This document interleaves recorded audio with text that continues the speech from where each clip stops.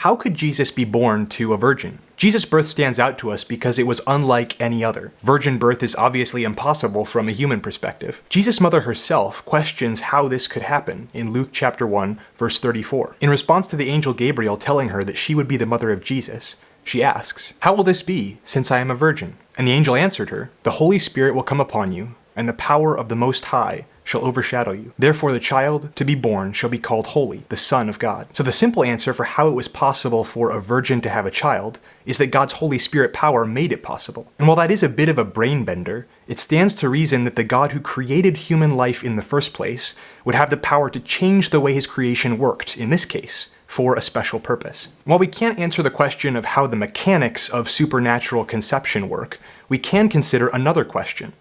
Why does it matter? Why was it important for Jesus to be born to a virgin? In Matthew chapter 1, God records a conversation with Joseph, the man who Mary was betrothed to and would become Jesus' father-in-law. An angel appeared to him in a dream and told him not to be afraid to take Mary as his wife, because the child she was carrying was from the Holy Spirit. The angel told Joseph that the child would be named Jesus and that he would save his people from their sins. And then Matthew writes that all those things would happen to fulfill what God had said through the prophet Isaiah, that a virgin would conceive and bear a son and would call his name Emmanuel, meaning God with us. This tells us that God had planned a miraculous birth for Jesus far in advance, and it clues us in as to why. God had a special work for Jesus to do.